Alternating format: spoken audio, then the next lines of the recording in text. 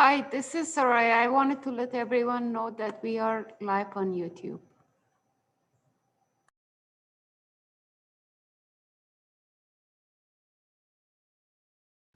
Sorry, I didn't hear all that. Hi, I just wanted to let everyone know that we are live on YouTube. Okay, thank you. Sure.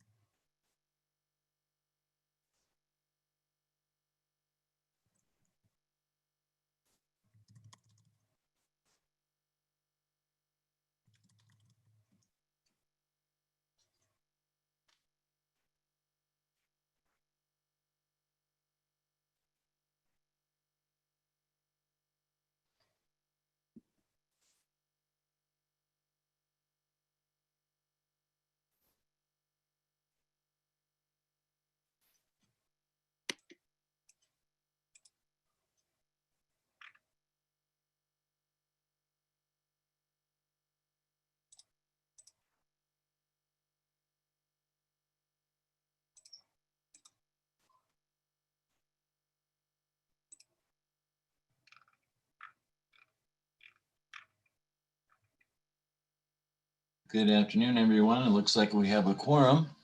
I'm going to go ahead and call the meeting to order at 3:01 p.m.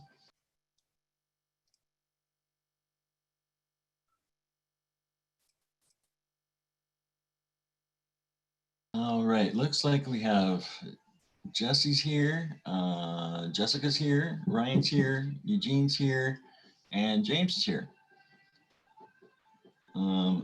Okay, next thing we have on our agenda is Brett is here too.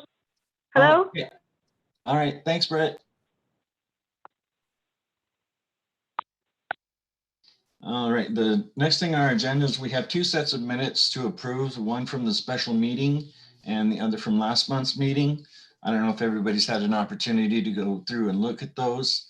Is there any changes anybody wants to have made?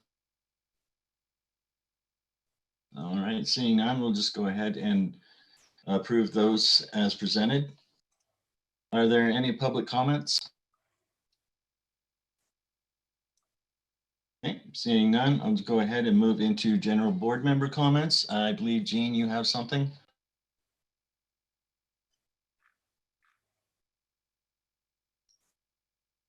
Unless you weren't ready, sorry. Oh, sorry. Not that I can think of right now. What were you expecting?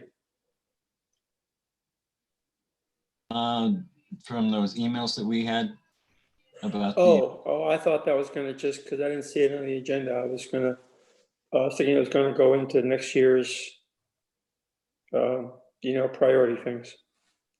So I hadn't really prepared anything. Okay, I just wanted to make sure we had, but I believe both Dan and I had told you if you wanted to make any comments about that, it would be during Yeah, this no, time. that's fine.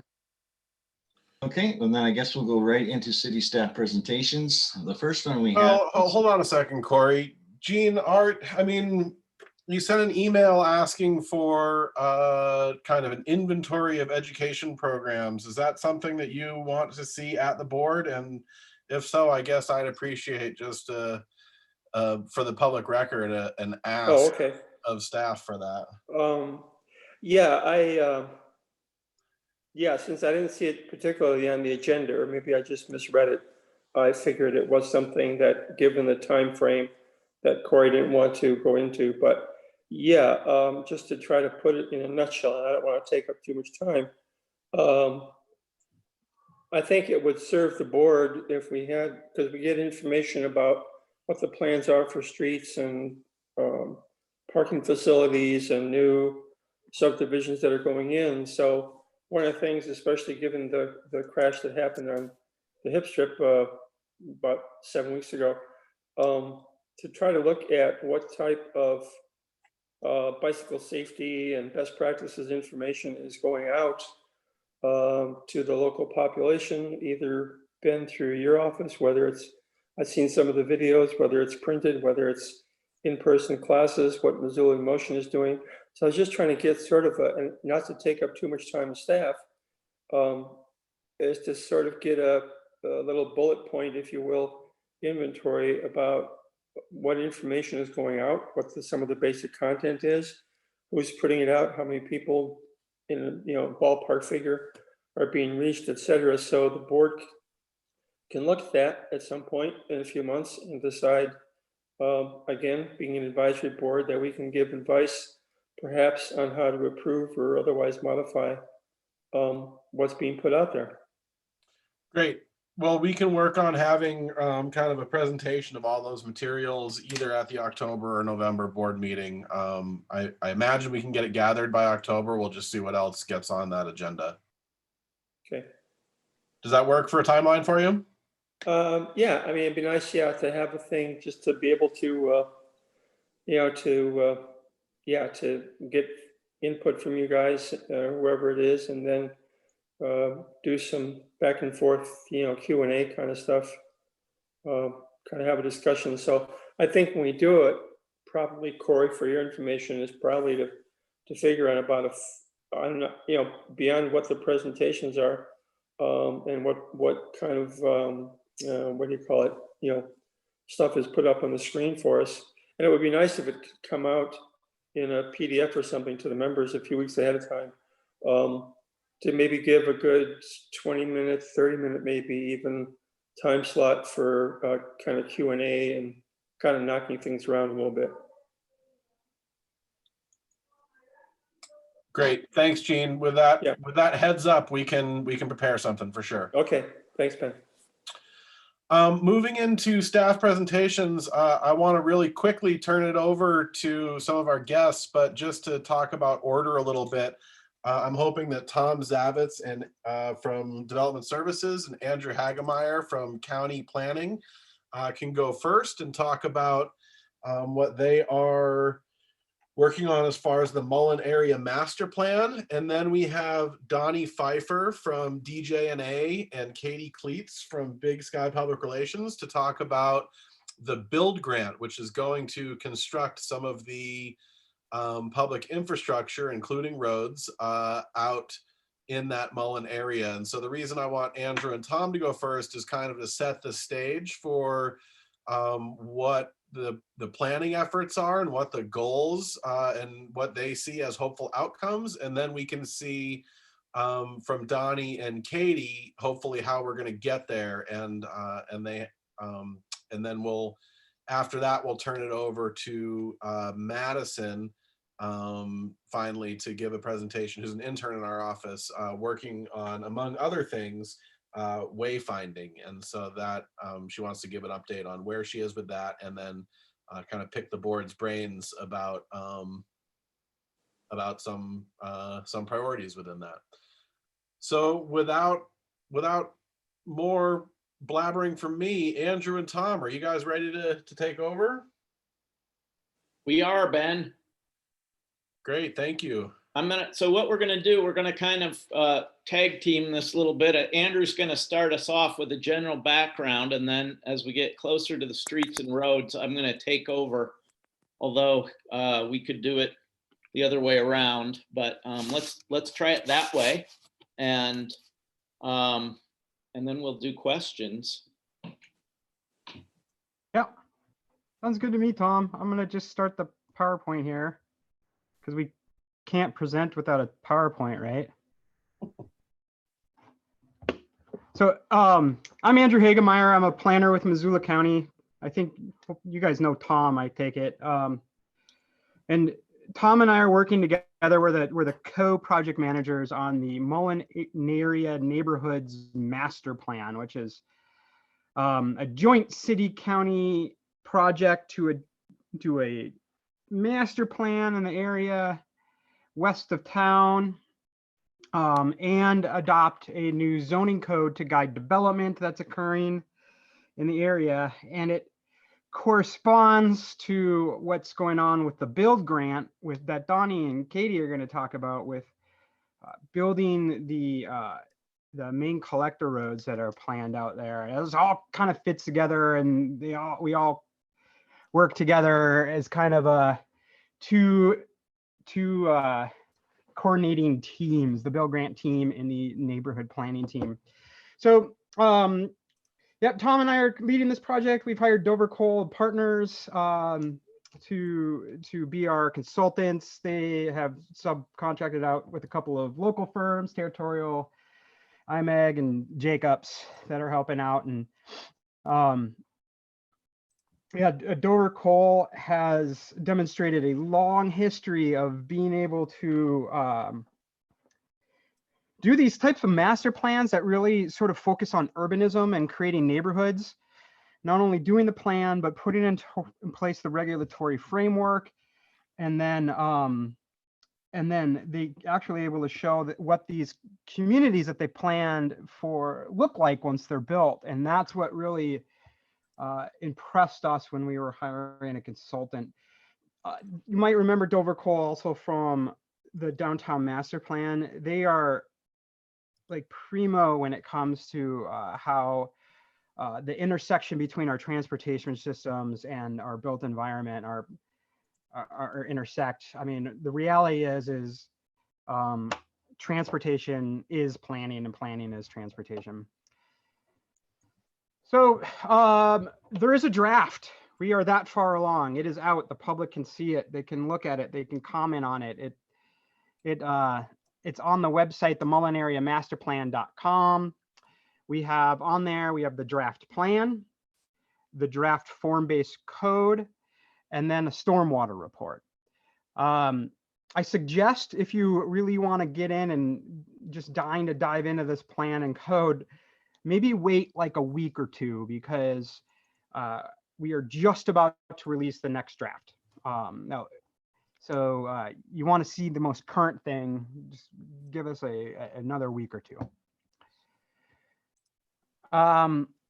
But if you do decide to look in and comment or spread this around, if you guys have a mailing list of constituents, of citizens that follow your committee, we're tapped into the Engage Missoula website, so it makes it really easy to log in and submit comments on the plan. And as we move forward for adoption, this will become a much bigger part of our engagement process. So the site, the area, the Bill Grant area, the Mullen area master plan area. Andrew, I'm This- sorry. Are you Yeah, gonna, Ben, were you gonna please. share screen to show PowerPoint? Am I not? You're not. It failed on me, huh? Yeah, it didn't work. I think I know what's wrong. Thanks for interrupting me. I just didn't click share. Oh, there. Does that look better? That looks a lot better.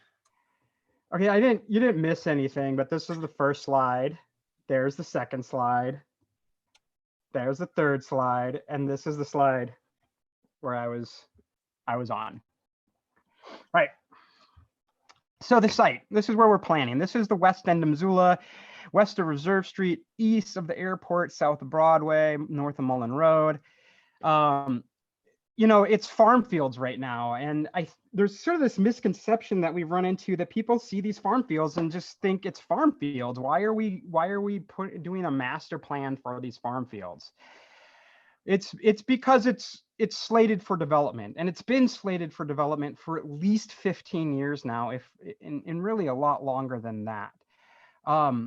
There are the city's growth policy, the county's growth policy has identified this area for an area for growth, and that's been the way for like I said, a long time now. There's a sewer line running right down the middle. Pretty much every piece of land out here that isn't developed is either owned by a developer or is being sold to a developer as we speak. It's not a question of should we grow here. That's not why we're doing this plan, to figure out should we grow here. It's because growth is going to happen here. And we need to do the best job we can in growing in this direction, because it is the last spot in the valley that we can really grow that's continuous to our urban area. After this, it's Leapfrog, it's Grass Valley, it's the Y, it's Frenchtown, it's Lolo. So we really got to do this spot right. You just have to look at Reserve Street and what's just west of Reserve Street to see how it was developing. It's box stores, it's single use, it's auto-centric, it is sprawl. And that's why we're doing this plan, is because we don't want that type of land use pattern to go from Reserve Street all the way to the airport. What we would rather see is development patterns a lot more like along the line of what you see around Orange Street Food Farm, a much more traditional development pattern with street grids and sidewalks and mix of uses, a mix of housing types, much more walkable, transit-friendly series of neighborhoods. That's the vision. That's why we are doing this plan. So the Bill Grant is another reason why we're doing this plan. We received $13 million to build some of the road and some of the trails out there, and we're asking for another 10. It could be Donnie, it might be the opposite. If it's the opposite, just yell at me real quick, but pretty sure that's how it went down. I should know because I've been involved with this from the beginning, but there's a lot of numbers involved. So this is sort of the grid framework that you're seeing that was established by resolution by the county commissioners and city council at least a decade ago. And we are trying to execute that ahead of time. It offers an amazing opportunity for us to implement some of the vision of the plan that Tom will be talking about here in a little bit. It's really actually a cool opportunity. So where we are in the project, we started off back in January. It was just a lot of analysis. Then we had the big virtual charrette in March. Was planned to be in person, but COVID literally hit us right the week before the virtual charrette. We switched to all virtual and it worked great. We had hundreds and hundreds of people participate and thousands of people have signed in and checked the plan out online. We had another workshop and we actually had some in-person events out in late July, and now we are working on plan revisions, and we'll start the adoption process coming up this fall. September 29th will be the public hearing with the planning board. So here's the vision. This pretty drawing that Dover Cole drew for us. This came out of the charrette process. What this represents is we took all of the great ideas that the public had, all of the dreams and hopes for this area, and we put it down in a drawing. So it's not a guarantee. It's not even a requirement that this area will develop like this, but this is what a visual representation of what the community wants to see out here is. You know, right now, the current planning that's in place would allow for about 3,000 units, which is actually a pretty low density. It's you know, like around 4 to 6 units per acre. It's very much suburban sprawl.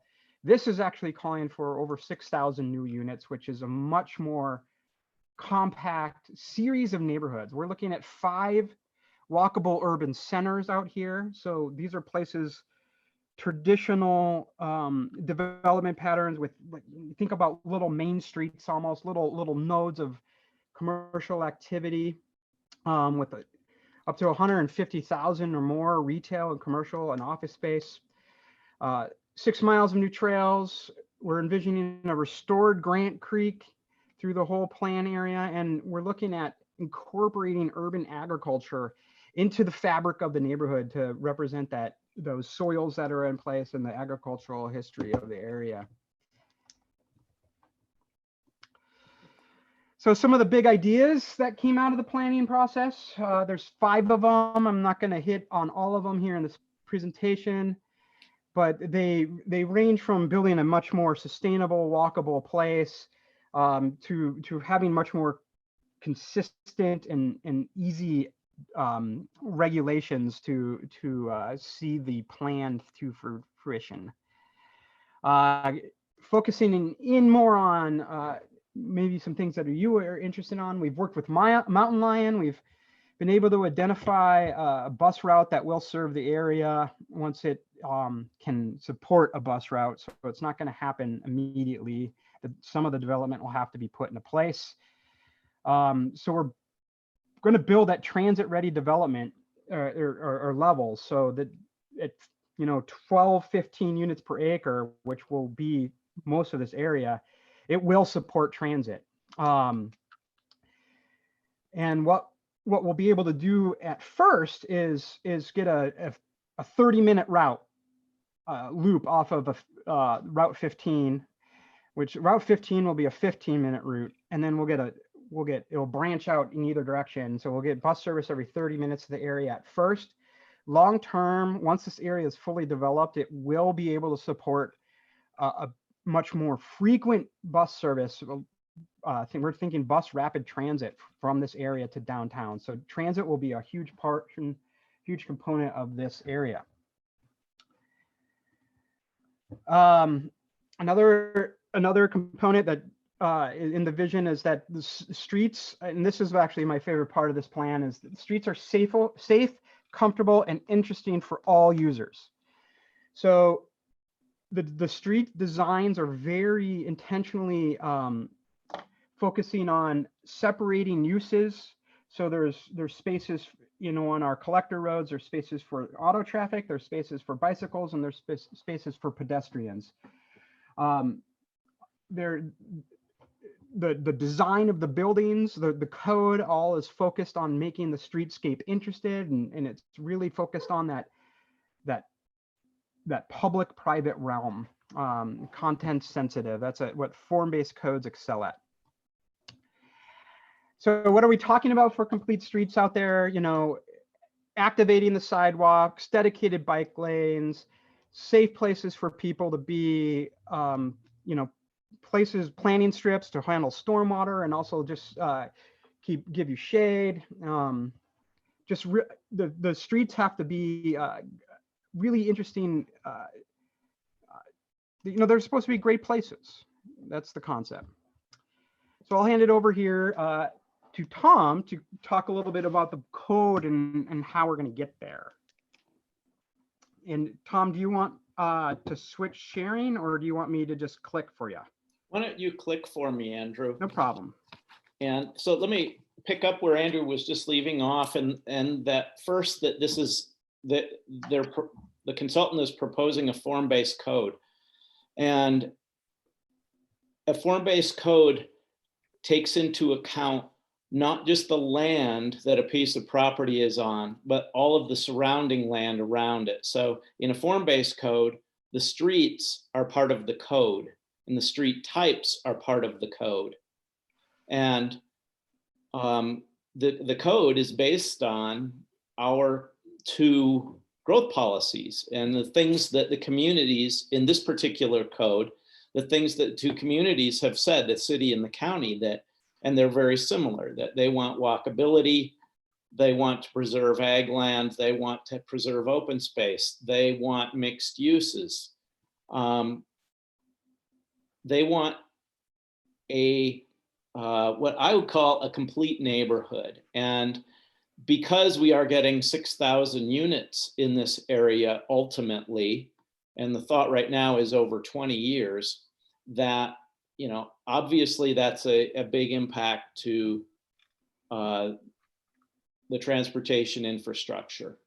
And so, you know, with the form-based code and the making of a community in this area, the hope is that we can alleviate some of that pressure on the transportation system, either by getting people walking, getting people biking, getting people to places that are here, and maybe they don't have to go into town, and maybe they don't need to get in their car to go get a cup of coffee.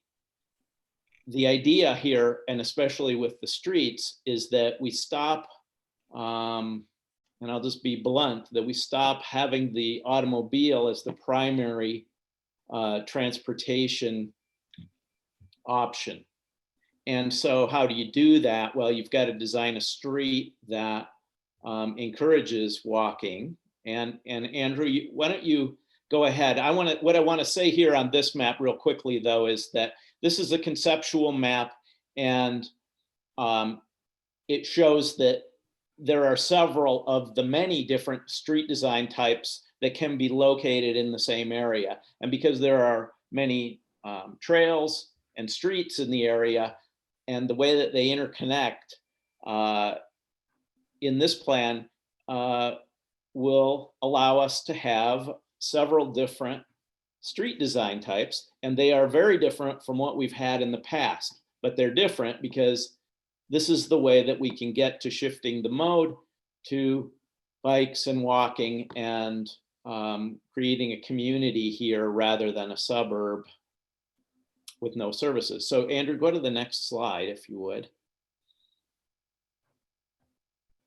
So all of the streets were designed with pedestrians and bicycles in mind. And in addition to those, they also had to take into account stormwater, because we're in our stormwater plan, there's a lot of green infrastructure designed into this. We've had to find room in a typical right of way for not only for the automobile traffic, but for protected bike lanes, protected walking, and also this green infrastructure. So there's a lot that goes into a small area, and for that reason, a lot of thinking went into this. We've done several iterations of these designs, including adding in what our own engineering standards are. And so they're a little more complex but they handle a lot more, and hopefully they'll be attractive and encourage people to not necessarily have to be in a car. These are the collector streets and arterial streets that you're seeing first. And I guess the main thing is that the build grant streets are also using these designs, and the build grant streets are all arterials and collectors as well. Andrew, you can go to the next one. And then we get into the streets that you might find in the residential developments and in the some of the lighter industrial land use areas and commercial areas. But as you can see here right away, the width of the streets are not typical to what you might find in Missoula.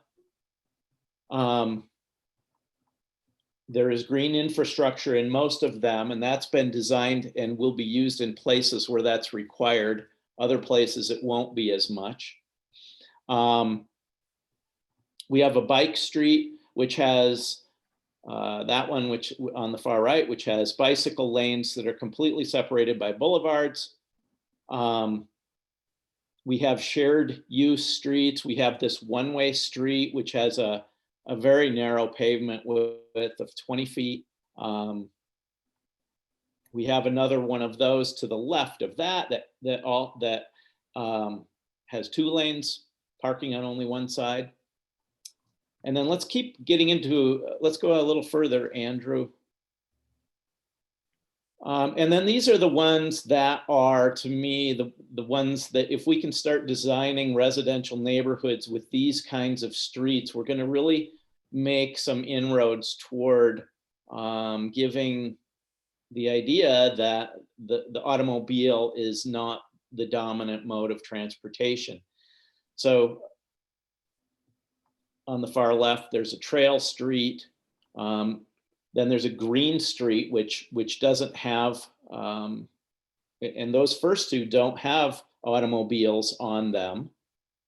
And we have the Woonerf, the European Woonerf, which allows all uses in the street. And by the way, and so with a Woonerf, obviously you want to have that in an area that there would be pretty low automobile use to begin with. Not on areas where you're using the street to get people from point A to point B. Canal Street, which is got the canal, which is not a canal, but it's basically a large green infrastructure for stormwater retention, which could be required in some of the areas. And splits the traffic into 2 different one-way streets. And then further, is there another one, Andrew? No. This is just They took out my favorite, the feet strut, but which is like the trail street. I think they may have just changed the name to that. But anyway, this is a great picture. I think that, you know, for us going forward, these images are really important because when we show these designs to people, it's really hard to imagine what this might result in. And this is a great one for doing that. It has density along the street, residential density, and then it has pedestrian facilities that are protected. And that leads me to the last part of what I'm talking about is that this area has higher density than most places in Missoula. And the key to getting to the things that we say we want in Missoula, which is preservation of ag land, open space, we want healthier neighborhoods, we want to be able to have these bike lanes, we want to be able to have great transit. And the key to getting to all of those things is getting our density up to at least 14 or 15 dwelling units per acre. And sometimes and many times probably in the past when we've done that, we don't get a place that looks like this. And you know, the key to this is putting a lot of thought into the design and getting everybody involved and knowing what our priorities are, and then building to that. And then that leads us to being able to address climate change and sustainability and preservation of ag land. And we can do all of these things and make it look attractive and be attractive and feel like a neighborhood where you're going to bump into your neighbors. And the intent is for this place ultimately to feel like a place of its own and not just be a place where we put single family homes and you've got to drive into Missoula for everything else. So it's a really big change for us, and I hope it's an example for the rest of the city. But I think that, as you all well know, that if we want to make changes, we have to do things, and this is really a good first step in doing something toward those ends. And anyway, that's all I have right now, and we're ready to answer questions. As Andrew said, we're going to be taking public comment ahead of the planning board meeting and public hearing on September 29th, which is Tuesday, 4 weeks from today. So that's it for me. Ben and everybody, we're able to take questions and suggestions.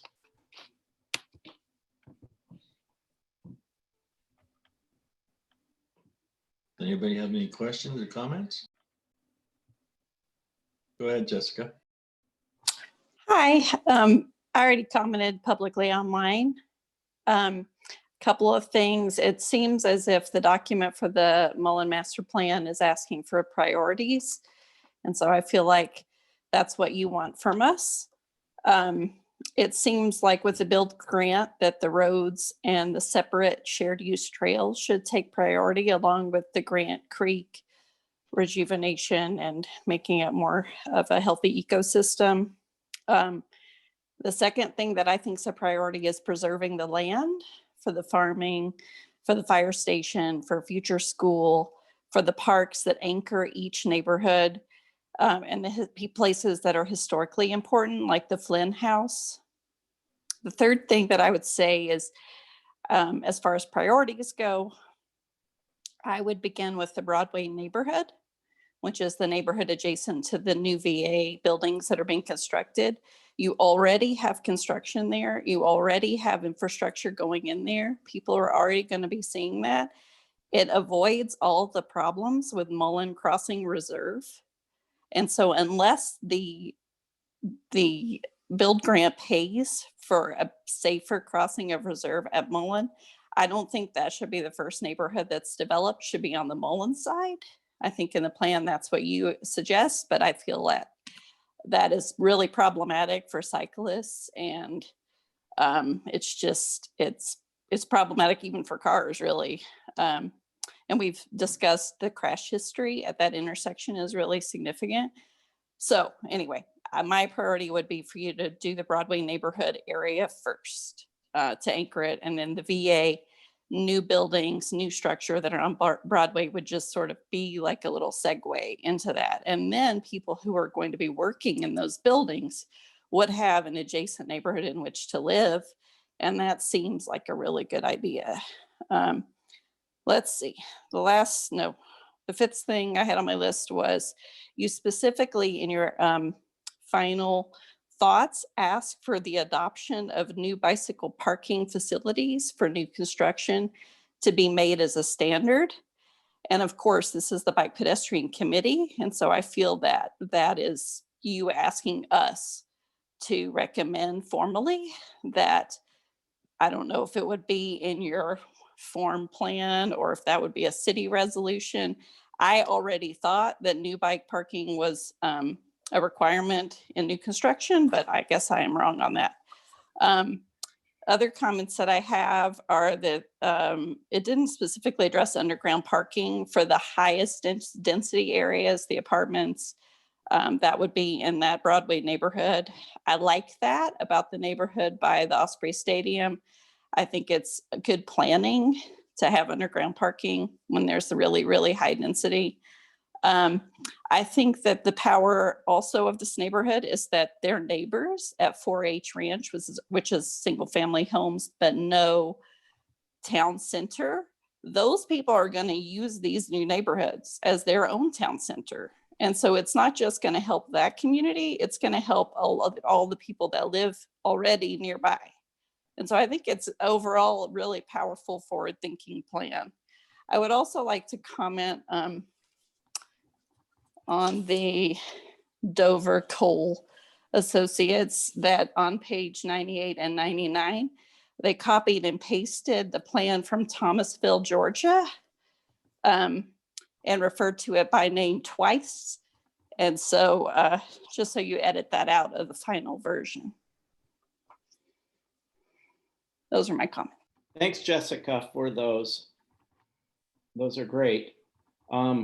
I want to speak to the bike parking requirements. We do have bike parking requirements, and they're currently in our zoning code for new construction, and they are, in my kind of limited comparisons to other bike-friendly communities, we have among the highest requirements in the country that I can find, but they're not.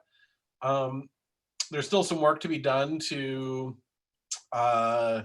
refine them per use. For example, we don't require enough bike parking at bars and restaurants, and we arguably require too much at big box stores. And so there's some work to be done there. We currently, our bike parking requirement is tied to our car parking requirement, which is a kind of a, it's not the way that we want to go if we're trying to shift mode and get more people biking and fewer people driving. We want to have those more based on the use rather than basing it on how many drivers there are.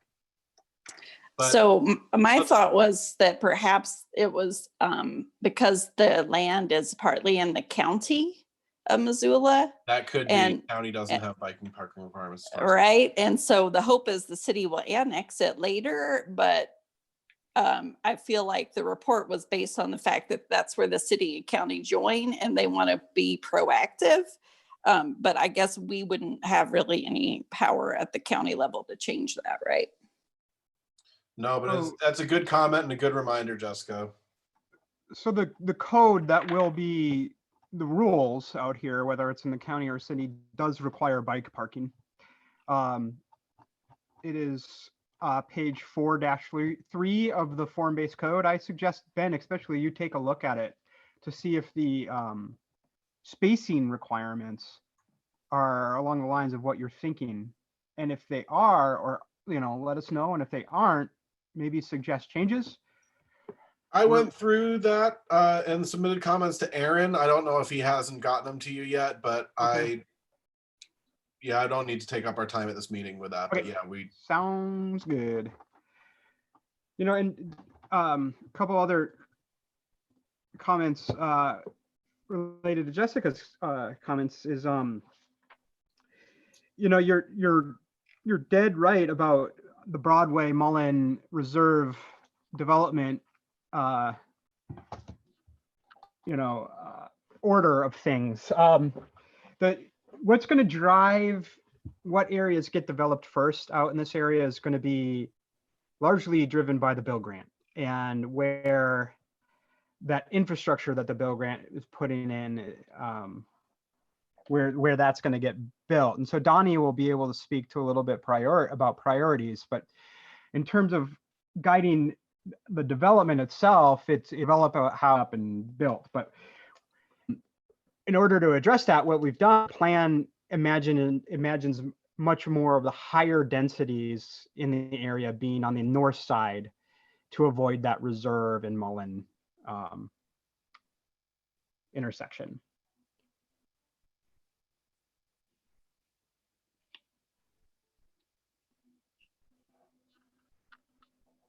And I'm going to throw in too, Jessica, on the underground parking, which is, I think, everybody's preference. There's a problem out here with groundwater and drainage, which has already started to make us think twice about basements. So I'm not sure how that will work. I know it can work. It can always be engineered in, but I'm not sure what the actual possibilities are there at this point.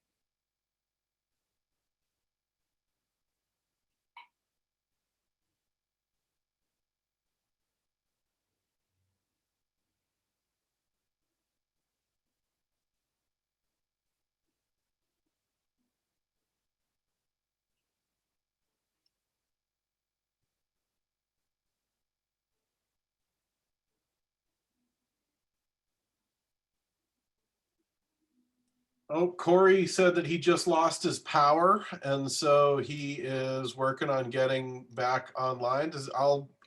I guess Jessica, I think you're the vice chair, so this is your, you would step in and be the chair in a moment like this.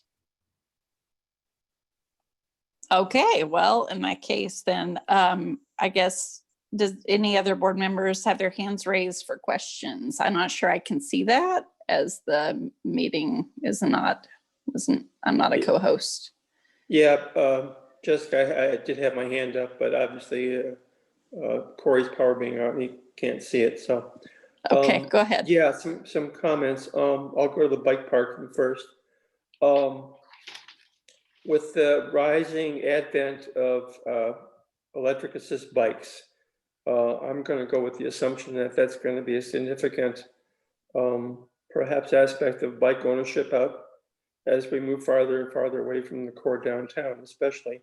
So one of my concerns or questions is for the people who are living in higher density areas where you have to go upstairs, second or third floor, will there be some type of requirement for individual secured bike parking for some of these more expensive bikes that are too heavy for people to take up to their apartments, let's say? I know there's locker facilities by Currents and Ben by your building there, and I'm wondering if that's the type of thing where we could have overnight parking for something like an e-bike that's really too heavy to maneuver. So that's one thing. And then I'll move on to two other things, if I may. In terms of the streets where we have bike lanes, the ones that look like essentially shared use paths are kind of standard looking, and that's fine with the division of two-way traffic and essentially the what do you call it? Protected intersections, where the bike lane going through the intersection is essentially a extension of the pedestrian crosswalk. My concern a little bit is if we have, whenever we have a bike lane that is to the left of car parking, that bike lane should be at least 6.5, preferably 7 feet, to deal with the issue of the door zone. So bicyclists aren't trapped with essentially within 2.5 or 3 feet of car where the door zone can, a door being opened by the driver can be putting the cyclist in danger without any warning. And then the third thing is in terms of the stormwater runoff, is there any consideration of having permeable paving? I know there's a couple of different companies that make these grids where you infill with gravel. It's typically used for fire lanes and parking lots, so that we would have the travel lanes being cement and then save the cost of some cost of the cement and produce more permeability by putting in these gravel infilled heavy duty plastic grids. So those are the three things I'm thinking of at this point. So that's what I have to say at that, and I'll just put my mic off and see if there's any answers or other comments then. Eugene, one of the things about the bike lane is we're hoping to not have bike lane. We're hoping that we have a place for bikes that is not paint on a street. We're really shooting for no bike lanes. That this is, they have a place and on some of the lower intensity streets that they are shared then, but no bike lane. That's where we are now. And there is some ability to tweak these designs for particular situations, but we're trying to get above bike lanes. We're really trying to not have to deal with that, and to say, hey, these either have their own protected lane or on a low intensity street that they are. That's right, Tom. All of the collector roads would have a separated bike facility. So not paint on a street, but a separate facility for bikes. They would have at least a 3-foot buffer, sometimes 3-foot striped buffer, to protect this door, that door zone that we're talking about. So this is our Main Street collector.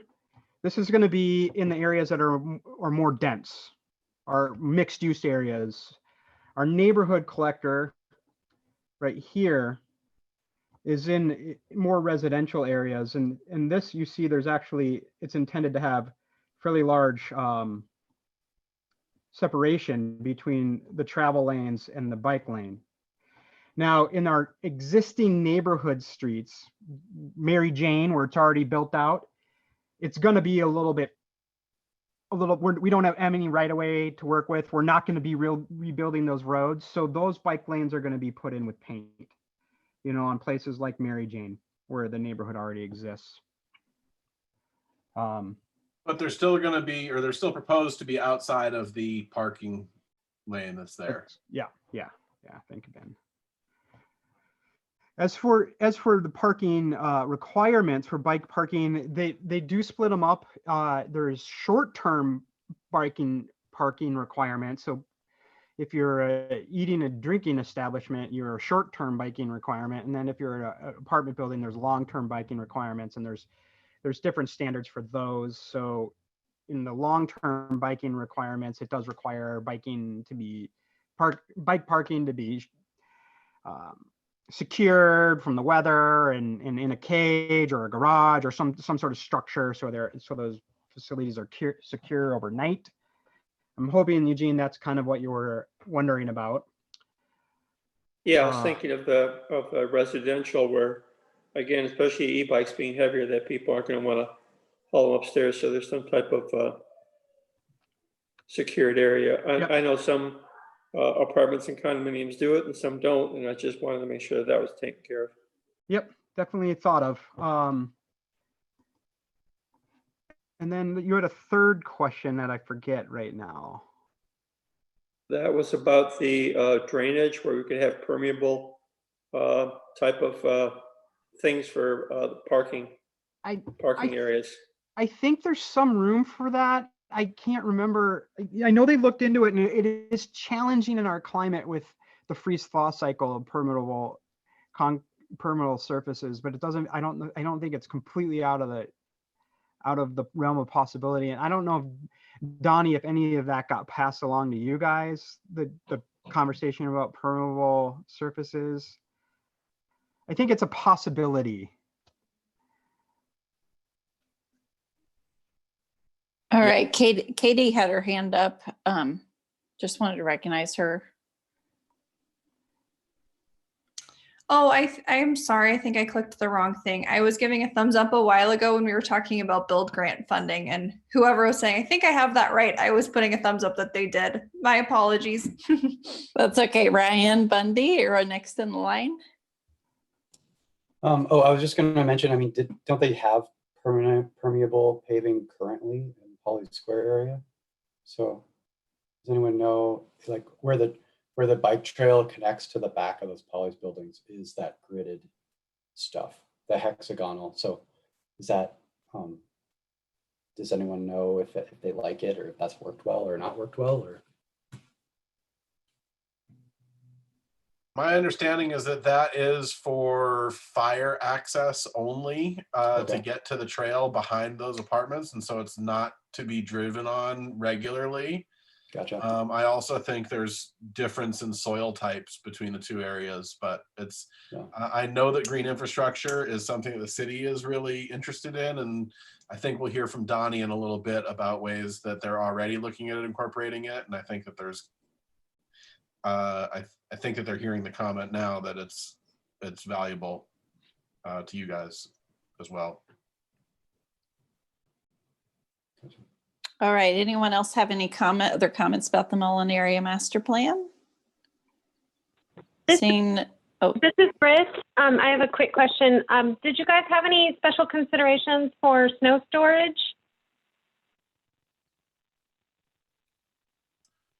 I can speak to this a little bit. Tom or Andrew, if you're okay with that. Yeah, I was going to say that I brought that up several times while we were considering the street designs. And so that was taken into consideration as much as we could.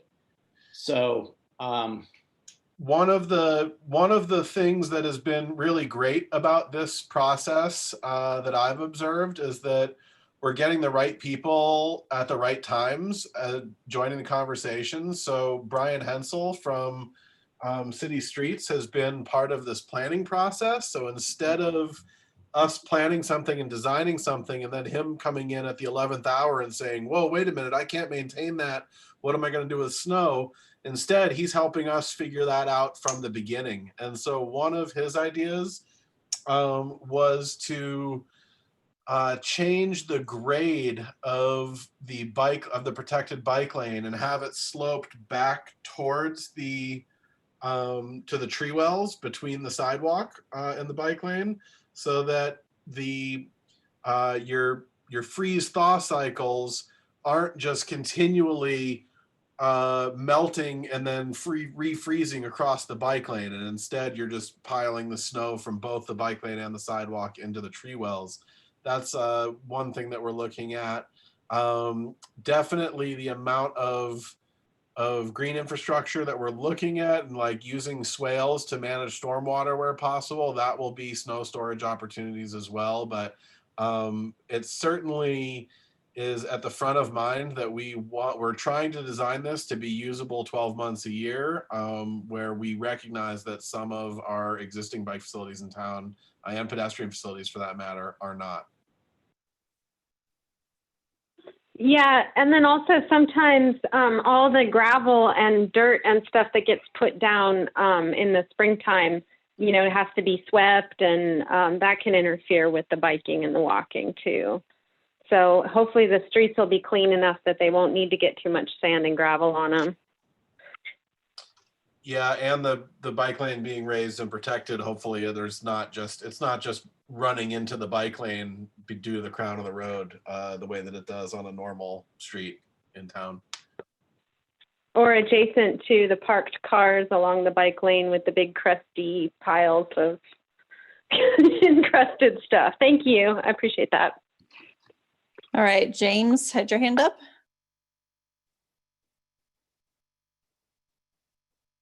Yes, just a quick question about bicycle facilities, possibly adjoining the bike parking facilities. Would be bicycle repair stations, and there being a continuity of bicycle repair stations, maybe not just at transportation stops like bus stops, but maybe more continuity of the repair stations through the community, so that they're easy to find and locate.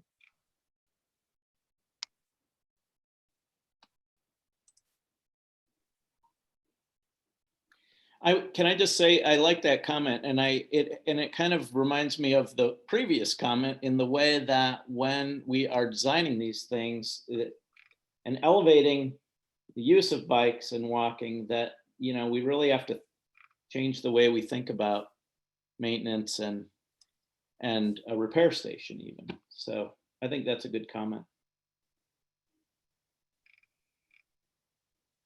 All right, any other board members want to comment on the Mullen Master Plan before we move on to the build grant? All right, let me double check. Looks okay. I think we should move forward with the build grant. Looks like that would be you, Donnie. Okay. Well, thank you. And yeah, that's great to hear all the feedback from the master plan effort. I guess let me go ahead and introduce myself first of all. So my name is Donnie Pfeiffer. I'm with DJNA, and I'm the project manager heading up the build grant project from the consultant design team. And then Katie Cleats is on as well. And Katie, you can introduce yourself if you. Hi, everyone. Thanks, Donnie. I'm Katie Cleats with Big Sky Public Relations. My internet was cutting out, so I apologize. I'm just a black box and not a face. I think it'd be a little bit better for everybody. I am managing the public involvement on this project. So if you have questions, like what we were having this conversation earlier about the Molinary Master Plan as Donnie finishes up, you're happy to send those over to me and I can get them over to the team. I kind of function as a middlewoman, for lack of a better term, between the public and the design team to help make sure that you're getting information you need very quickly, and then that I can get that over to the right folks. I've met some of you in past projects, doing a lot of work with MDT around town and in some other capacities as well. So I'm happy to help however I can. Thanks, Katie, and feel free to jump in too. I guess I'll take the lead on the presentation, and we'll kind of open it up the same way here. Let me see if I can share my screen here. Just bear with me.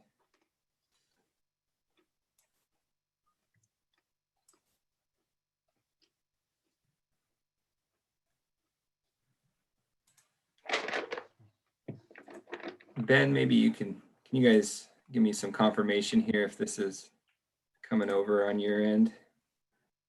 You're good to go, Donnie. We see it.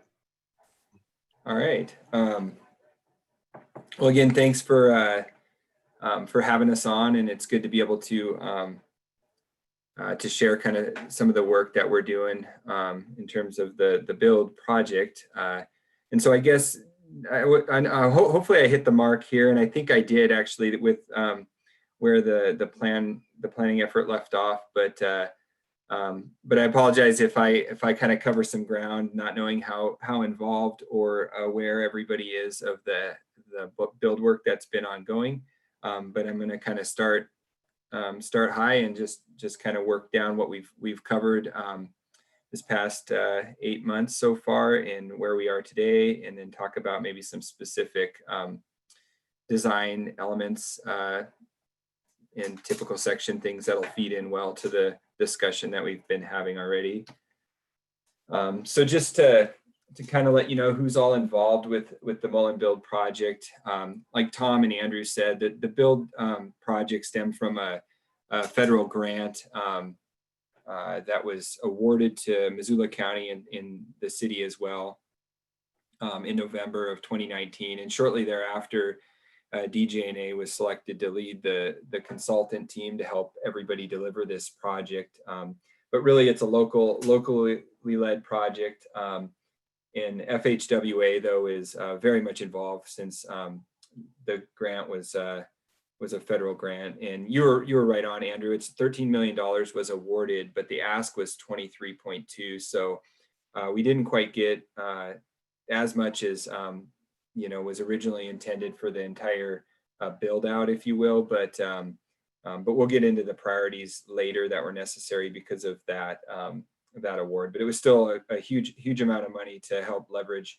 a lot of infrastructure out here and follow through already on a lot of this great planning that's been done. So DJNA, like I said, we're the lead with me as the project manager, but we're also doing a lot of the roadway, the survey, and the right-of-way work. So kind of DJNA's got the bulk or the lion's share of the work, but we have a lot of really good partners here.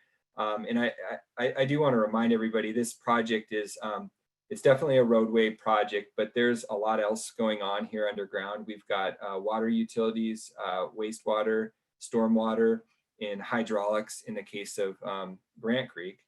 So there's a lot of components to this project above and beyond the asphalt and concrete. So Kittleson and Associates is doing all the traffic analysis work and some specialty work to help us with some of the pedestrian and bicycle facilities and traffic safety and associated things there. So they've been a great partner, and they're based out of Boise, or the folks that we're working with specifically are out of the Boise group. And then Katie with Big Sky, and then Tetra Tech is doing the geotechnical work.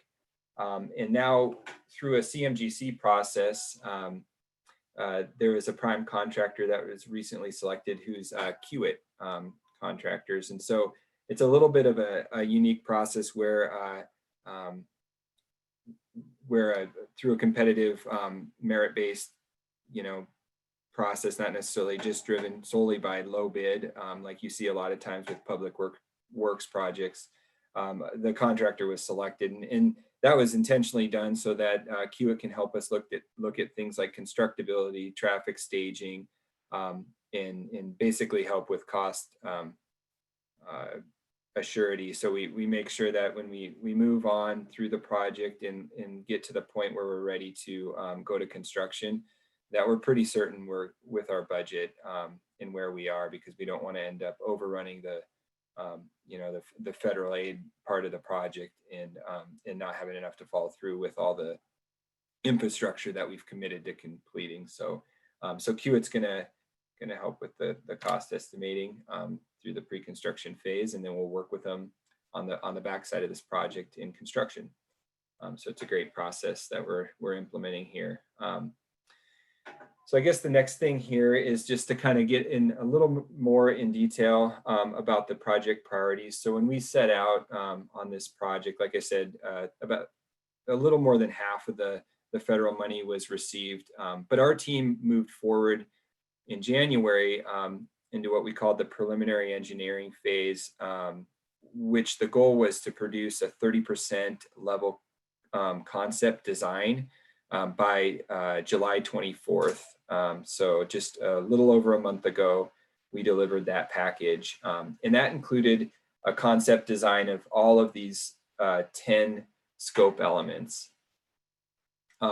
Knowing though that there wasn't enough funding to complete them right away, we did follow through and apply for another round of build funding to try to receive that additional $10 million. And we're hopeful that the city and county will receive that. Still don't know yet, but pending that, we went through a prioritization process with a local steering committee in looking at that the primary goals of the build grant itself. So staying true to the original grant. The goals basically are safety, traffic congestion, transportation choice, and access to land for economic development. But we also had to keep in mind that each one of these scope components had to have independent utility, and we have to have right of way. And I'll get into the schedule of the project a little bit more here in a bit, but just to just clarify, it's a very accelerated timeline around delivering this project. That basically stems from the build grant requirements. So we have to have right of way. A lot of times that can take time to get that, but the elements we selected, need to have that cleared before we can go to construction. And so with all that in the mix, we worked with the steering committee to kind of identify priorities here. And basically on the bottom, you can see that Mary Jane Boulevard South, Mary Jane Boulevard North were the top two priorities to complete that segment and basically make Flynn no longer become the de facto collector street north and south through there that it is today. And that relates a lot to all the components, specifically safety, as that'll bring traffic off of Flynn in front of the school there. So those were the top two priorities. Tipperary Way Trail ranked 3rd, George Elmer Drive South 4th, England Boulevard 5th. And just based on our 30% cost estimates, we estimated that we get to about number 5, and that's where our funding goes at this point. So it's not that the remainder won't get constructed, but just not in the initial wave of funding. However, though, Tipperary Way Trail, as we got into it and tried to clear that component, it became obvious that we weren't able to basically get the right of way for that trail, and had to look at some new alignments. So with that in the mix, and also the Mullen Trail component, Flynn Lane Trail then became the trail component that we were able to deliver here in the first wave of funding. So that ranked a little bit lower, but it's moving forward. So ensuring that we could have a trail component with the first wave, and so that'll be Flynn Lane Trail East in the 8-1 there. So so that's kind of the priority. In the rest, you can see kind of how they ranked, and so let me jump on here to the schedule to try to kind of sum this up and produce a sort of milestone schedule. But what the project's all kind of predicated on is basically this date in the spring of, oh, sorry, there's my monitor. In the spring of next year, we're really looking to have what's called a build grant funding obligation, or where we work with the FHWA and the Office of Secretary of the Transportation to work with them in Inca agreement, and that's when the funding actually is obligated to the project. So up to this point, it's awarded and they're available if we get the project ready. And so with that comes a lot of engineering and design, and getting the plan set ready, and getting a contractor and an estimate and a bid together, and everything's ready for construction. And so we're really working up to this point to have that ready by mid-February of 2021. So you can kind of look at this schedule going back. Like Tom said, we worked really hard to work side by side with the master plan throughout this fall and incorporate as much as we could. And it really informed a lot of what our preliminary engineering work did. And so that went on kind of all through February, March, April, May, as well as a lot of the initial survey work, all those types of things that went in and fed some of our initial cost estimates, things that we were able to get together to inform us on our priorities and produce our 30% concept package. And again, that was done in the end of July, or July 24th. And then moving on, and also I should mention that with the federal project, we also had to perform a NEPA assessment, which in this case is a categorical exclusion, but that's been ongoing through the preliminary design phase. And we're just about wrapped up with that here at the end of August. And so now that those big milestones have been completed, we'll move on to performing some right-of-way work now that we know how wide the roads are going to be, and some of those intersection areas and things like that, as well as moving through final detailed design as well as the fall progresses, gearing up for what we call a PS&E package in a guaranteed maximum price estimate from the contractor. In other words, our 100% design, fully ready to go package by January, and then working on getting that funding grant agreement after that, and then that would hopefully get us ready for construction as early as mid-May of 21. So that's kind of our timeline. And from a federal standpoint, a federally funded project, it's a very accelerated schedule, especially when, like I said, you're working side by side with the planners on the front end to understand all the inputs that you need to build the right facilities and size the roads and the pipelines and things like that correctly. So with that, like I said, we worked hard to understand what this 2050 growth scenario was going to look like, and now getting right down to the traffic side of it. Gosh, we were working right up until I think it was end of June, trying to understand a lot of the outputs from the MPO models in the planning work, so that we could conduct a really thorough traffic analysis that would inform us exactly what kind of intersections would be the best and most desirable out here. You know, what kind of road and bike facilities were required, and things of that nature, so that we could move forward with the concept plan kind of really in July, and then deliver that by the end of July. And so with that, I just kind of want to quickly touch on this work that was done. Again, you know, the intersection operational analysis was a component of it, absolutely. But we also took a really hard look at a safety analysis, including what we call a pedestrian risk score. And I think that Ben, and you can speak to this later, but that played really well off of some of the work that the city of Missoula here, you guys have probably helped with.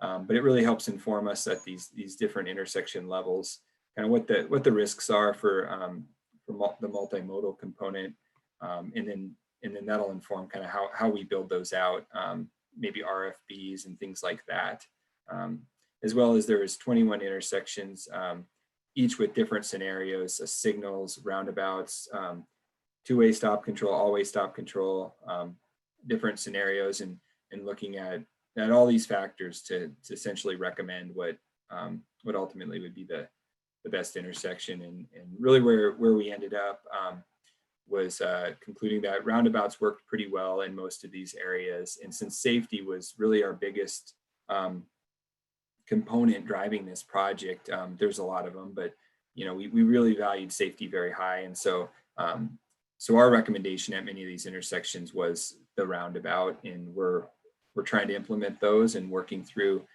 some more design details to see if we can. So with that, I did have a kind of a quick typical section here.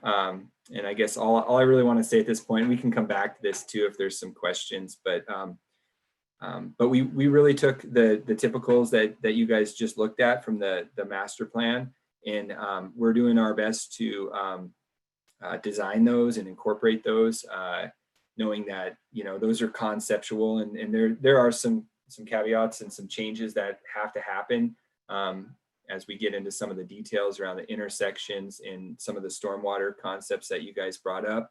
That there's only so much real estate, and we are looking to kind of optimize the master plan typical sections, but I think that for the most part we are. And you can see here, there's an example of what the typical section we have in our 30% plans on England Boulevard. And it looks very much just like the master planning typical. And that's pretty consistent throughout the 30% plan package. So moving forward into detailed design, there'll be some additional changes and things, but we're really confident that we can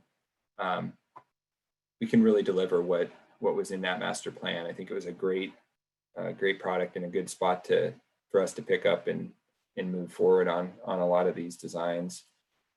And here's just a conceptual intersection example of the roundabout at George Elmer in Mullen Road. Again, this may not get constructed. There's still a lot of work that we need to do to clear this through, but initially we're hopeful that a concept like this might be is the recommendation in preferred intersection moving forward from here. So we're gonna proceed with trying to build a roundabout similar to this here. And I guess just kind of sharing this concept at this point, and we can go back to it if there's some specific discussions here. So it's really all I prepared. It wasn't quite as many renders and fancy as the master planning presentation, but hopefully it gives you guys a little bit of an update on where we are on the Mullen design work. And I think now that's all I have, and we can just open it up to questions from here. I want to just kind of prompt some thinking by asking, we heard Andrew and Tom talk about how the goal for the master planning was to create a multimodal neighborhood where you don't have to get in your car by default. And so I guess what I would ask the board to consider is, are these designs for these main roads, do you think that they'll get us there? And are we headed in the right direction?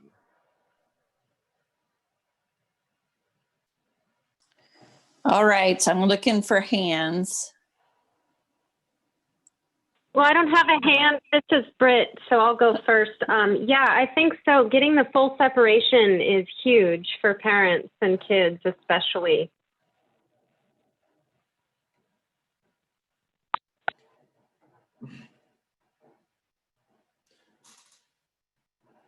Was that all you have, Britt, or did you just get cut off? That was all I had. That was all I had. Sorry. All right. I had a few comments. Let's see, we have 2 hands up. I didn't see him at first, so I'm just going to call on Ryan Bundy because he was first in the alphabet. Hi. Regarding the general concept of the walkability, alternate transportation as a mode thing, I guess what I was wondering, looking at it, was what are, maybe there just needs to be more detail, but like in those neighborhood designs, what is the infrastructure for the car, actually, for the housing? Like in most locations, are there alleys, or are there, like, if there's not, it sounded like underground parking is really great urban design wise, but maybe it'd be really hard to do there. Is there like parking structures planned into this? I didn't see those either. But I'm also very curious just about where are people putting their cars, like alley or garage or back or anything like that. Yeah, Ryan, this is Andrew. It's Yep. really sort of envisioned to be a traditional neighborhood design. So alleys are a part of the concept. The parking is pretty highly regulated, and it's not just in quantity.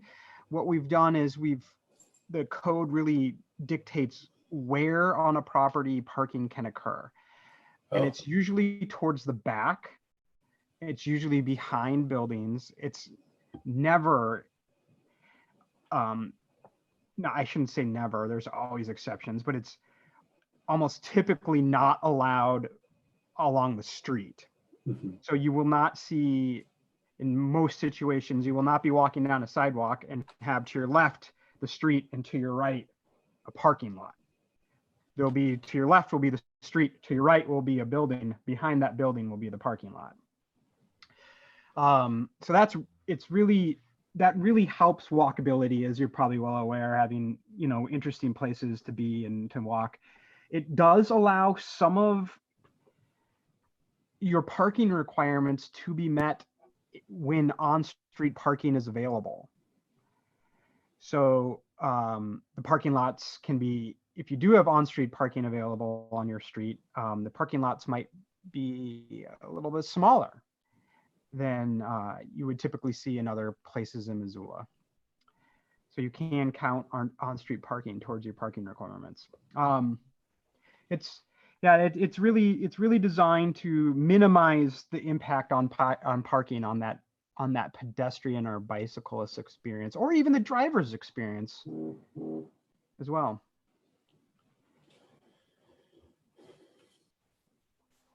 Thanks. Yep. Okay, Jean was next.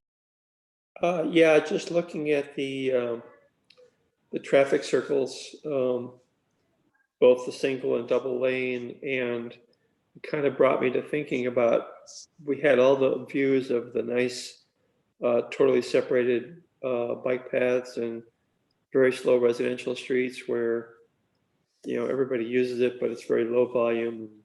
Anyhow, all that really great infrastructure within this village or enclave, I guess I'll refer to it as.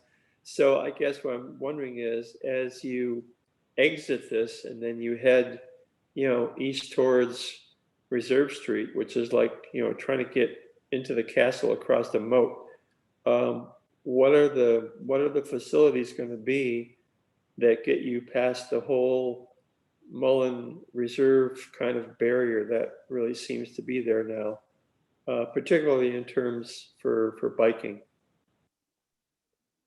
That's my question.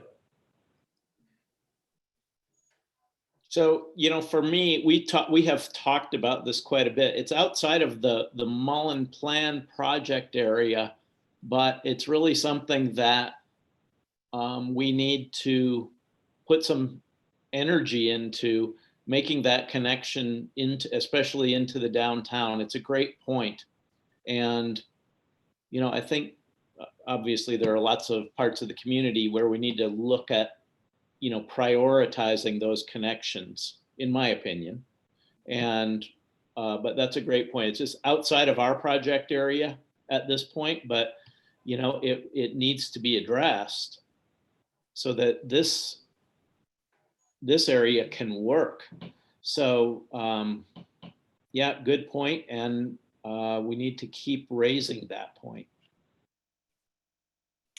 I want to offer that Parks and Rec continues to work on trying to acquire easements or right of way on the land by like west to continue the Milwaukee Trail from where it stops at Grove Street to cross the Clark Fork River and then head north through the Poplar Farm and those gravel pits there to hit Mullen Road, right near either Flynn or Mary Jane or George Elmer or all three.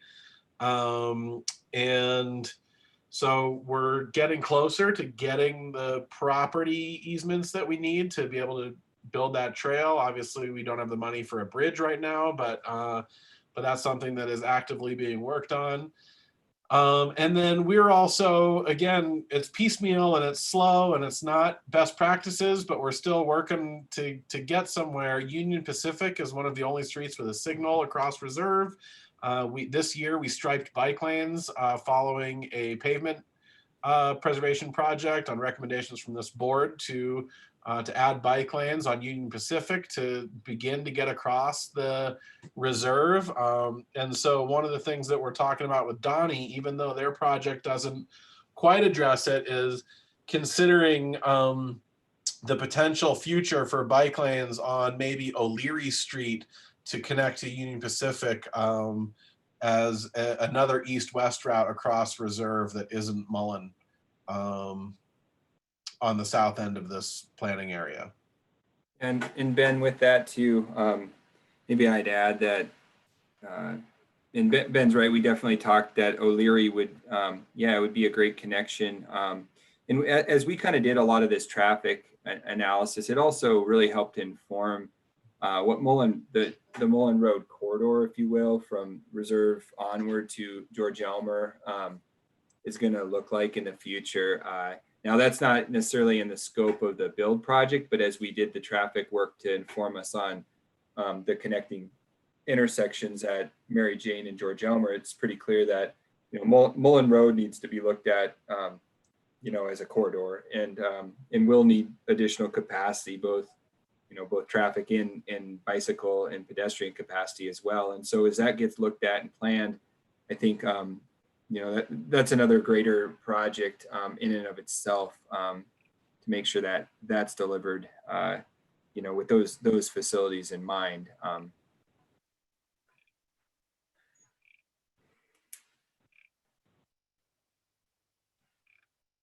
Okay, I don't see any hands up. I'm going to make a couple of comments. I wonder about the Mary Jane North completion and its relationship to the new VA buildings, and if the VA is planning to install traffic signal at their new buildings access point, and then where Mary Jane would where would it connect up? I just wonder about that. That's not part of my wheelhouse. The other question I had, or comment I had, was just that Flynn Trail is, a huge collector for children going to Hellgate schools. And so I think it's going to be a really amazing addition to the area to have that trail placed in there, so the kids from all different neighborhoods can connect to the Flynn Trail and then ride it down to the Hellgate school sort of area. And then what else did I have to say? The picture is super small of the proposed roundabout, which is 30% design, but I actually love roundabouts as a cyclist. I find them scarier as a walk pedestrian. And it's hard for me to see where the pedestrians would then move if they wanted to be crossing in the roundabout area. And maybe because it's super small, I can't tell, but I just wondered about that. So those three things. Yeah, well, maybe I can start at the top with Mary Jane North and the VA. I think your question is that intersection at Broadway, and essentially we're planning a roundabout would be the preferred intersection there as well. But clearly with the capacity and the volume on Broadway, it would be a multi-lane roundabout, and that would be funded in part by or in whole by MDT through their HSIP program is what it looks like right now. Although which stands for Highway Safety Improvement Program, I believe. It does, yeah. Thanks, Ben. And so we're working with MDT to help with that project. We in the city and county. So that's the plan up there at this time. And so that would come online a little bit after the VA development's in place, it looks like, but recognizing that. Hey, Donnie, do you mind if I share for a second, if I share the screen? Yeah, go ahead, Ben. I just want to kind of show this on the map a little bit of what's existing out there. Are people seeing my screen here? Okay, so I'm going to zoom in. So this is Flynn Lane right now, and currently it bends around and comes and hits Broadway at a weird angle. Here's Mary Jane. And so Mary Jane is going to come up this way and then more or less follow this area right here and then hit Broadway right at a 90-degree. This is the new VA clinic. And so Mary Jane is going to be right on, or the VA clinic is going to be right on Mary Jane. And then the new roundabout that's being proposed is right here. And that way we would de-emphasize the Flynn Lane connection and probably make it a right in, right out only, so that's really not the way to access that neighborhood anymore. Does that help clear things up a little? Yeah, that's super helpful, because it is, when you're on Flynn Lane, it's just hard to sort of figure out what would be happening. And I think that makes sense for where the VA building is going in anyway, because you're going to have all those people coming and going from work every day, and people, the veterans coming to get services there. So I think that's super important. And, I like the access to Broadway, and it feels like that's a nice continuum. I really, really, really like the idea of having that sneaky trail access across Mullen someday, where you could connect up to the Milwaukee Trail. I mean, I've ridden that trail a lot, and it would be just a powerful bike commuting connector if those acquisitions could eventually be made. That's unrelated to the current topic, but it's pretty exciting. Yeah, and while I'm showing the map, I'll just show that real quick. Sorry, Donnie, to interrupt here, but we have the easement for this section. So here's where the trail ends at Grove Street. We have the easement for this section. One of the bridge decks is already in place. I think we need one and maybe three more, up to three more. And then we have some of the easements through these parcels as well. And so then the question becomes, how do we run up along this road and connect to Flynn? Do we run up along this road and connect closer to George Elmer? Do we follow the old Milwaukee line all the way out this way and keep it going west? Do we do all of those? How do we get there? And Parks is working on that. And when we have more info, we will share it with the board.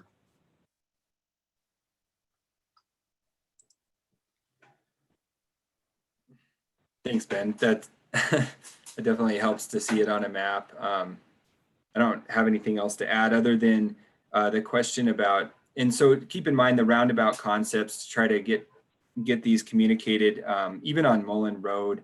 the MDT has jurisdiction on Mullen as well. And so we kind of, we didn't want to take engineering to, to the level that, is extremely expensive to design something, not knowing if, if it was going to be, the acceptable solution to everybody. So in working with MDT, the city and county, and also, trying to understand the right-of-way constraints out there, we just took it to the concept that you saw today, and we know that there's a more details that's necessary to flesh out with the pedestrian facilities, and definitely are committed to making sure the protected bike lane concept is very safe going through these roundabouts, and they do present different challenges for those users than say a signal would. But we even just this morning looked at some pretty exciting design concepts in specific to the protected bike lanes. So I think we're making headway there, and that will definitely put something out that's going to be a really high quality and safe usable facility. So Hey, Donnie, can you share your screen that does have, I think we were just seeing the roundabout is really small because it was featured as the next slide. Could you share that just again as the big slide? Yeah. And I don't know if you have slides for each of the intersections that you're showing, or if it's just that George Elmer. I didn't include everything in this slide, Ben, just because of size, but I'm not sharing anymore, I don't think here. Is that That's the now? one, yep. Okay. And so this one, currently there's no pedestrian facility on the south side of the road. There's only the trail on the north side of Mullen. And so that's what's being shown connecting.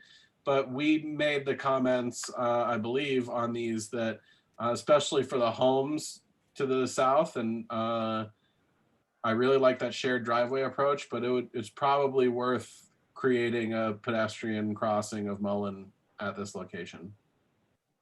Mm-hmm. Yeah, and okay. Okay, I don't see anyone else's comments. Thank you so much, Donnie. I think it's super exciting, and I love roundabouts. I think I like the way they move the traffic. It looks like the next thing on the agenda is the bike pedestrian program, Ben Weiss and Madison Matthias. Yeah, Jessica, I just want to ask Donnie real quick, what is the next step in this, and what is the next opportunity for public engagement in this build grant process? Well, I guess I'd certainly encourage anybody to feel free to send in comments or thoughts to Katie, and we can get public engagement anytime. The next phase of the project, so to speak, we'll be working up to what we're calling the 60% design, and that'll happen we'll submit those early October, and be working with the city and county to get comments back on those. So that's kind of the next step, Ben, and then proceed from there to a 90% design in December, and then, like I said, the full blown PS&E package early January. Okay. And typically kind of conceptual phase and 30% phase is when we like to bring things to the board. And so I don't think that we would bring this project to the board again, other than as an update on where we're at, unless there is something that changes significantly from where we're the direction that we're headed. So that's something just to keep in mind, I guess, as that I would only ask you to come back and present if you go a radically different direction from what you're thinking now. Yeah, no, and it's good feedback to hear, and it's interesting hearing all the stormwater discussions today too, because having the stormwater facilities is another really important component to this project. Not important, but necessary, and so clearly we need to manage the room between those facilities, the bike lanes, the sidewalks, and the travel ways as well. So so that's been you know, a bit of a discussion lately, and but I'm pretty confident that, yeah, we'll certainly work these designs will be very similar to what you're seeing in concept now, and just more evolved as we move through the fall. So. Thank you so much, Donnie and Andrew. You're of course welcome to stay for the entirety of the Bike Pedestrian Board meeting, but understand that you might have some other things. We'll see you next time if you decide. Thanks.